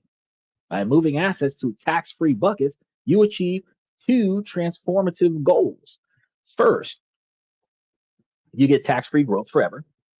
If your $100,000 conversion grows to $1 million over the next few decades, that is all your money. Not one penny of that growth will ever be taxed, provided that your withdrawals are qualified, meaning that you can't go withdraw the money to go to the casino. That's not a qualified withdrawal. But usually a qualified withdrawal is taking money out for your basic standard of living, whatever that standard of living may be, right? So food, clothes, paying your utilities, paying off your mortgage, repairing your house, repairing your car, replacing your car with another car, meaning that you're going to upgrade, not buy 30 cars and put them in your yard, but you're going to trade in your older model car and buy a newer model car. These things, medication, medical treatment, insurance policies, these are the things that are approved purchases. You know, front row seats to the Titantron space in front of the WrestleMania, that's not an approved purchase, right? So you got to pay attention to that part. Because if it's not an approved purchase, it may still be taxed income. Second, Just as important, you eliminate forced government withdrawals. Roth IRAs have no required minimum distributions for the original owner. I'm going to repeat that. There are no RDMs for the original account owner. And that's going to be the game changer. This is how you disarm the tax time bomb, because by systematically converting money, you shrink the balance in your IRA and the account that is subjected to RDMs. You control your future income. No forced RDM incomes means that you're no longer at risk of being artificially pushed into a higher tax bracket, triggering taxes on your Social Security or getting hit with IRMAA surcharges. You have traded a one-time voluntary tax bill that you control for a lifetime of mandatory tax bills that the government would have controlled for the remainder of your life. Now, that declaration of financial independence is fantastic for us to have. On the other fascinated, updated side of things, thanks to that Secure 2.0 Act starting 2024 that we were talking about yesterday, Roth 401k and 403b accounts are also no longer subjected to the RDMs for the original owner. And this means that whether your tax-free money is in your Roth IRA or your Roth 401k, you are free from those forced government withdrawals in retirement if you're doing the conversion. The theory is great, but let's make this real. The power of the Roth conversion is situational. For some, it's the financial masterstroke. For others, it's going to be a mistake. I want to walk you through a couple of examples. If we have first case studies, a pre-retirement planner, let's call her Sarah, 58 years old, and plans to retire at 62. She has $1.2 million in her traditional 401k. She runs a projection and sees a freight train coming, right? At 75, her RDMs are going to projectedly force her to take over $100,000 a year out. That forced income on top of her Social Security will push her into a higher tax bracket and right into the crosshairs of Medicare IRMAA surcharges, right? So Sarah spots her window of opportunity. The year between retiring at 62 and starting Social Security at 70. Now, these are her tax valid years, right? So her income will be at its lowest point. This is the perfect time to execute a series of strategies that not too many people think about, which are partial Roth conversions. The execution in her first year of retirement is that Sarah will have an income net zero. She decides to fill up the lower tax brackets with converted income. For illustration, let's say that she takes 12% federal tax bracket for a single filer, and that goes up to about $50,000, and the 22% bracket goes up to about $105,000 taxable income. So she converts about $100,000 from her 401k. That's about $100,000 that becomes her taxable income, and she pays taxes on it at a controlled, relatively low rate. Crucially, she pays this taxes using funds from her taxable brokerage accounts, not from the IRA itself. And then she repeats this process every year during her tax valley days. The result is that by the time that she is 75, her traditional account balance is much smaller, making her RDMs very tiny and manageable. The vast majority of her nest egg is now in her Roth IRA, the non-traditional one, which is completely shielded from taxes with no RDMs. She has full control over her money, and she navigated the tax valley to diffuse the time bomb. Case study two: high income professionals. Let's say Dave and Lisa, married couple. You know, they're 45 with a combined income of $450,000. They're maxing out their 401k, but are blocked from contributing directly to a Roth IRA because of their income being too high. For 2026, the ability for a married couple to contribute phases out between $242,000 and $252,000 of income. So they're stuck, right? The problem here, they are building a huge tax deferred nest egg. They know that the lower tax rate from the Tax Cut Jobs Act of 2017 are scheduled to expire after 2025. And they worry that future tax rates could be much higher. So they want to hedge against the risk. They'll use two powerful techniques to find alternative entry points into the Roth ecosystem. There's a backdoor Roth IRA where they each contribute to a non deductible traditional IRA for 2026, which is about $7,500 each. Since their income is high, they don't get the tax deduction. Shortly after, they convert that non deductible IRA to a Roth IRA, be, which helps them out because the contribution was already after taxes. The conversion is essentially tax free anyway. The key is to avoid the pro rata rule, which requires having no other pre tax IRA money in any traditional SEP or simple IRA when you do the conversion. The mega backdoor Roth IRA is a different observation. This is going to be the real power play. So David's 401k, he's got a plan that allows for after-tax contributions and in-plan Roth conversion. The execution here is going to be in 2026. The standard 401k employees contribute limits are about $24,500. So the total limit for all contributions, employees, employer match, and after tax is about 73,500. David contributes his 24,500. His employer adds another $10,000 to match it, and that's about 34,500 total. Still has about $39,000 of space left before he hits that overall limit of 73,500 to 34,500. So his plan is going to allow him to contribute an additional $39,000 as after tax money.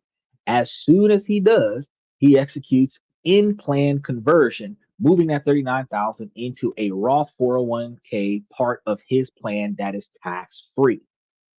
The result here is that in a single year, David and Lisa both individually moved over $50,000 into their tax free bucket completely legally, despite their high income of $7,500 times two from that back door plus 39,000 from the mega backdoor. They are systematically buying tax certainty for their future. The power of a Roth conversion is matched only by the potential for costly errors because the decision is generally irreversible. A mistake can echo for decades. Let's cover four deadly sins that you need to avoid when we're trying to do this. Paying the tax from the IRA itself is sin number one. And this is going to be the most common and destructive mistake because you decide to convert $100,000 and the tax is $24,000.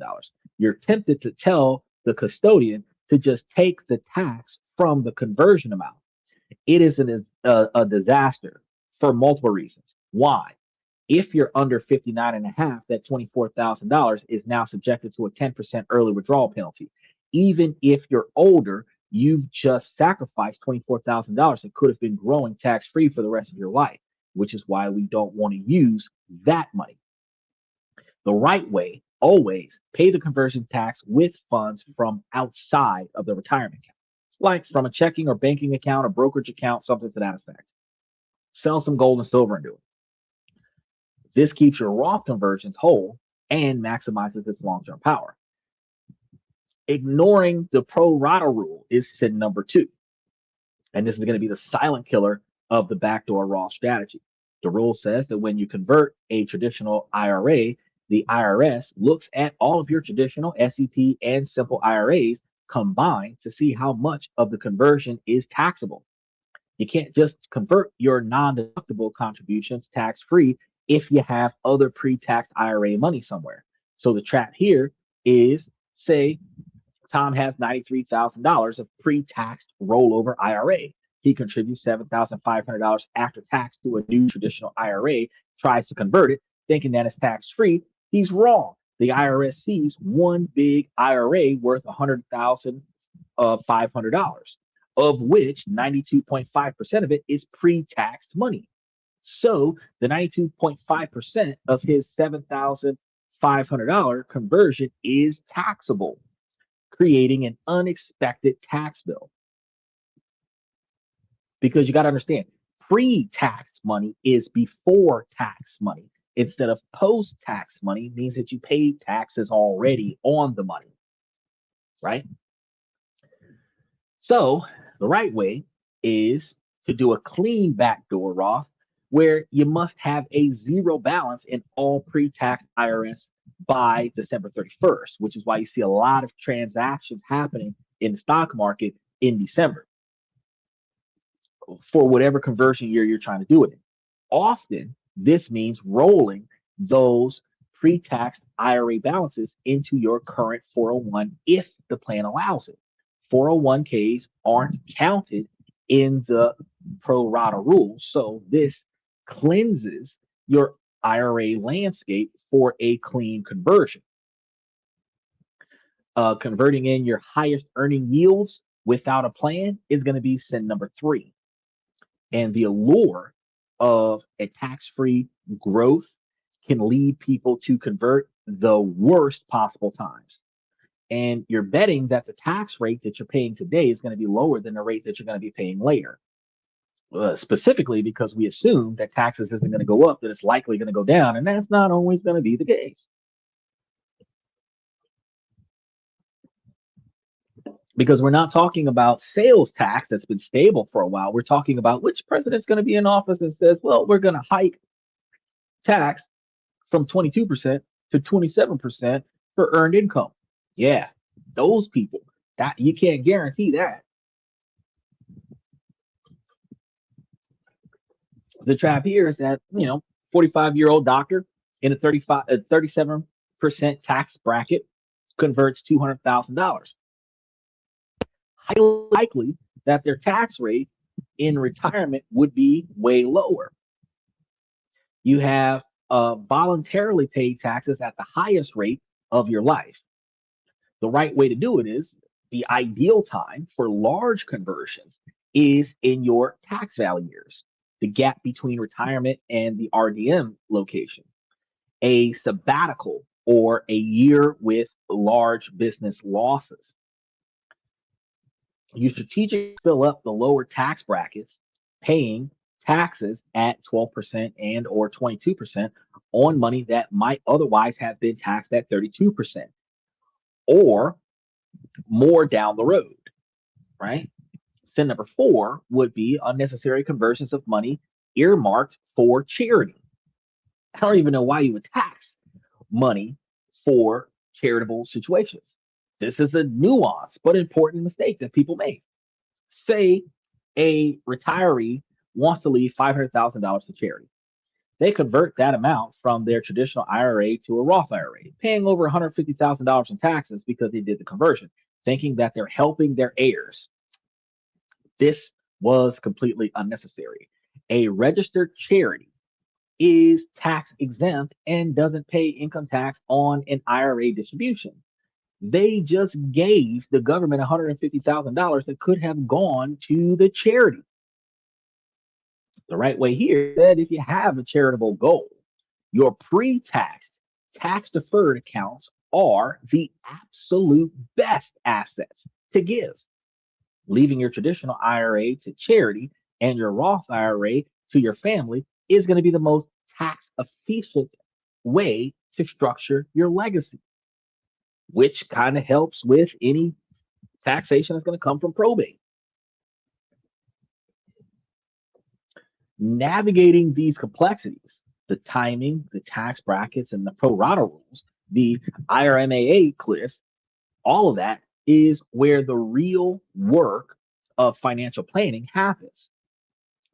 And this is why I tell you guys, you got to know where you want to be at in your future. You got to know how to get there and what you're going to do when you get there. So if you're realizing that your retirement is on a collision course with the future tax disasters, it might be time for a professional second opinion. And we talk about this every day. We want to help people build strategies and find the strategic bridge from tax deferred to tax free. So if you want to see a lot more personalized strategies that you can look for to help you guys with planning ahead, make sure that you double check the membership because we put a lot of this information into the membership already. If it hasn't released already, it's scheduled to be released this week. So don't wait until the RDMs begin pulling money out of your account. Start looking into your future now. And like Michael, here in that area, because in the next couple years, they're going to be knocking on your door if you've got any 401ks or IRAs that are ready to be hit with those RDMs. The time to plan is now. So, what is actually happening in a Roth conversion?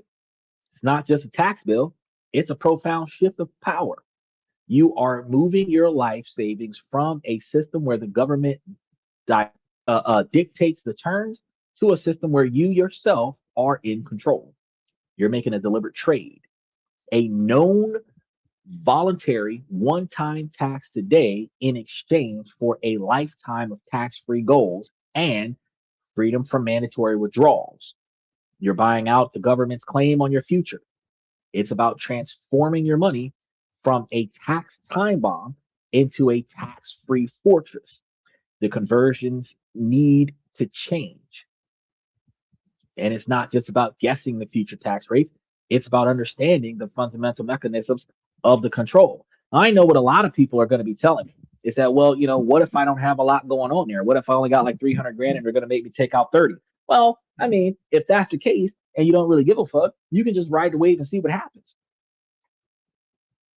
But if you recognize that your money is making money for you and you're doing the best you can to build that up and you don't plan on retiring for another 10 or 20 years, you might be looking at 300K today, but you might be looking at 750K in like 10 years.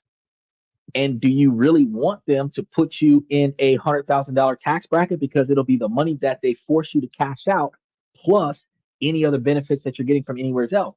That includes your VA benefits, that's Social Security disability benefits, um, alimony, anything else that you're getting from anywhere else that's considered income.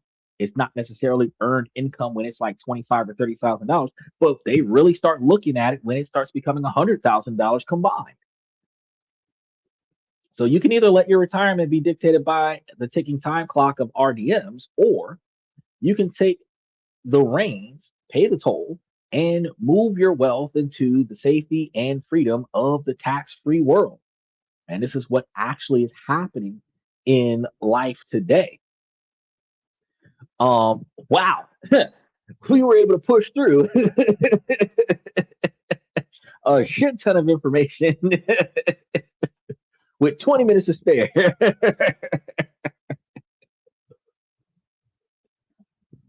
So look, why I tell you guys that you should always try to find a way to plan ahead and prepare for the future. You need to know what the ups and downs are for the path that you're headed. I know that the old saying is hope for the best, expect the worst, and take whatever happens in between.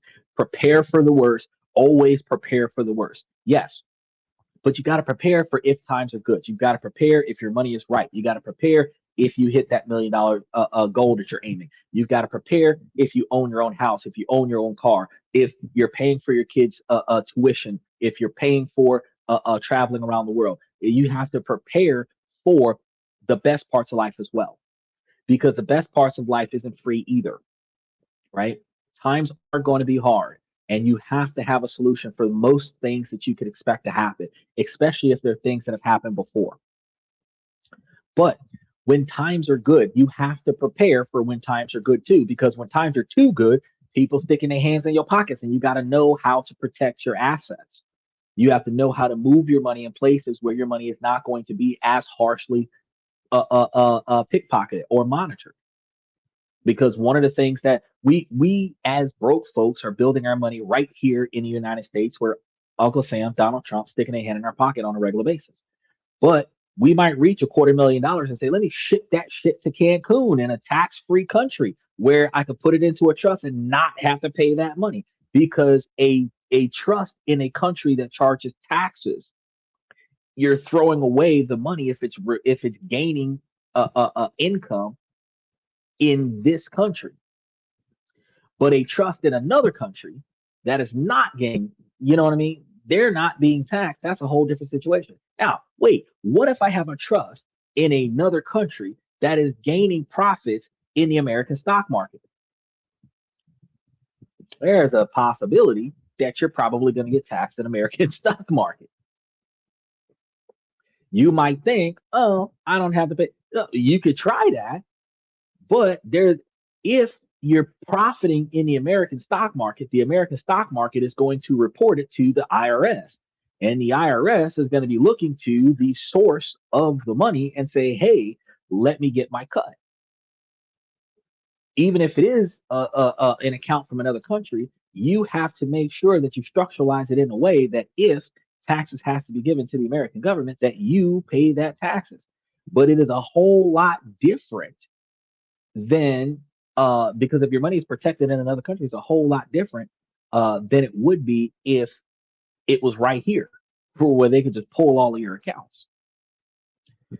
And likewise, if it is in a trust that is multiple levels to this shit, you can find yourself in a position where they can find the source beneficiary, like we talked to you guys about a couple weeks ago, about how they were tracking to get to the human entity behind all of the shell corporations for the sake of fraud and identity. They can find the human entity beneficiary, but the legal layers to get to your money from legal action against you is so thick that not a lot of people are going to want to do it. And the US government are not going to come after their own people unless you're completely committing tax fraud. So as long as you're not committing tax fraud, I mean, they're not going to go through three different countries to try to get your money.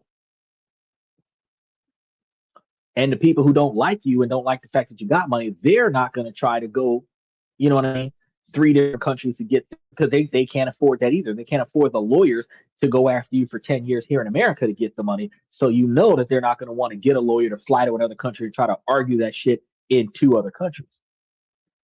But when you have that kind of money where your money is making money for you and your money is able to protect your money in multiple different countries, where you as a beneficiary is getting it from a trust that is a beneficiary of a trust that is a beneficiary of the original asset.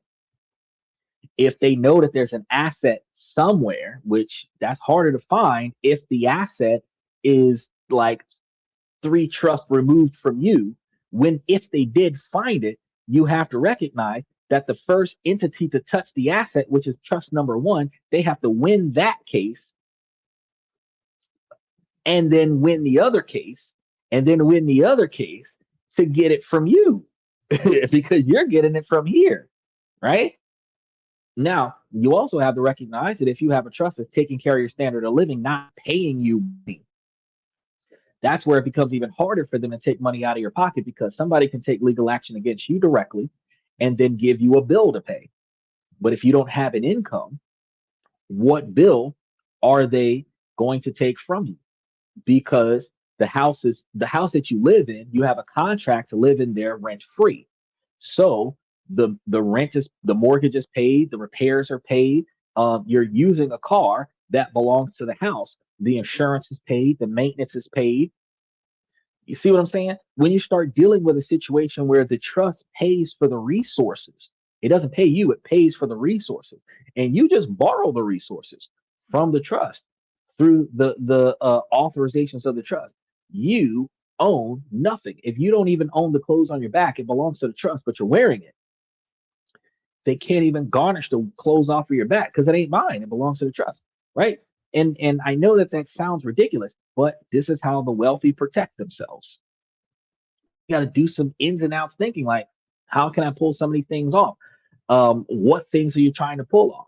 What is the legal limits to what you're thinking about? Because you can do whatever it is that you want to do in life until somebody with more control out of the outcome of your situation than you starts making decisions to stop you from doing it. So as long as what you're doing is not pissing off a higher authority, you can do whatever the fuck you want to do. So you have to look at your local laws. Then, if you're trying to do this internationally, look at international law and see what will red flag international investigations for them to be paying attention to your bank accounts. As long as you're not doing something that's going to trigger somebody to start snooping, you're safe. They only start snooping when you ask got something to take. But if you're doing it right, even if you had something worth taking, nobody's snooping. So that's all I got for you guys for tonight. We've got, I forgot the name of the country there because I put up so many different, I put up 8 countries over the last 5 days. So I don't remember which one's tomorrow. But Wednesday, we're going to be covering a different country around the world. And then we have a lot more stuff ready for you guys for the rest of the week. So I want you guys to stay tuned. Yeah, that's really all I got for you guys for tonight. I'm going to start by saying a special shout out to FX Trader, Steven, OG Kicks, Michael, and Unc, Andy, and Joe Jack. I really appreciate you guys for coming to the show. And Aztec, special shout out to Aztec as well. I'm going to start by saying, ladies, as long as the situation doesn't make sense, I'm going to keep asking you ladies to make it make sense. So ladies, please make it make sense.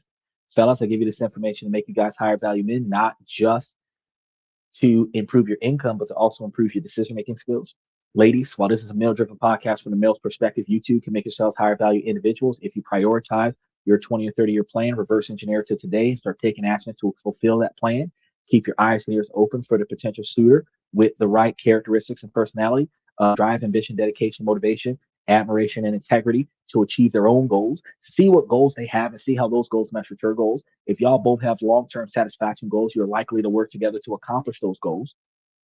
And I tell you guys on a regular basis that 2 people can make it to $1 million faster than one, but it really requires you both to have the same or similar financial perspectives, because if one of you is working on short-term gratifications, the other one will find themselves stagnated on satisfying those short-term gratifications, which also will lead to a lot of financial arguments and debates. So I want to make sure that you guys are on the right path by paying attention to why you're in this relationship and what you're benefiting from this relationship instead of personal desire, right? You should be looking at holistic life growth when you're getting into these relationships. Otherwise, you're going to find yourself unsatisfied by the end of it, right? And the end will come sooner than you think. So that's all I got for you guys for tonight. I'm going to start by saying thank you for coming to This and That. I'm your host, Xander, where we talk about this, that, and everything in between. And I will see you guys tomorrow.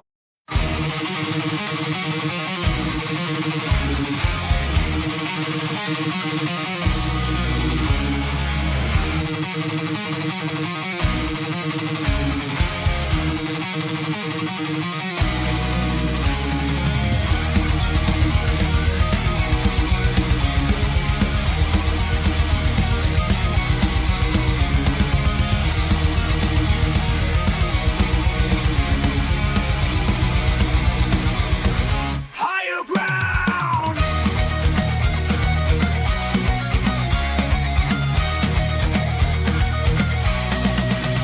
Used to chase validation, now I validate myself. Building inner strength, putting doubt upon the shelf. No more unnecessary drama, no more wasted time. Climbing higher, constantly making my own climb. Standing on higher ground where excellence is found. My potential knows no bounds, raising the bar, breaking ground.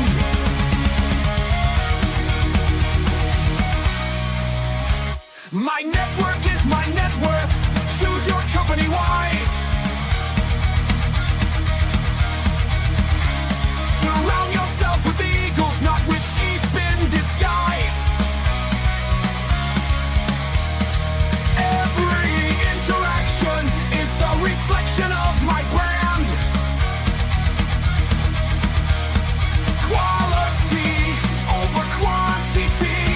That's my personal command. I'm not landing on higher ground where excellence is found. My potential knows no bounds, raising the bar, breaking ground.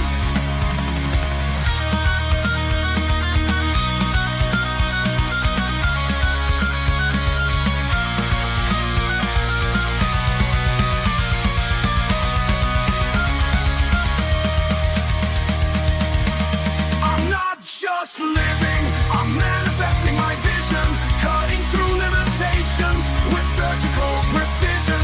My expectations are my compass, my respect is my shield to mediocrity and chaos. I will never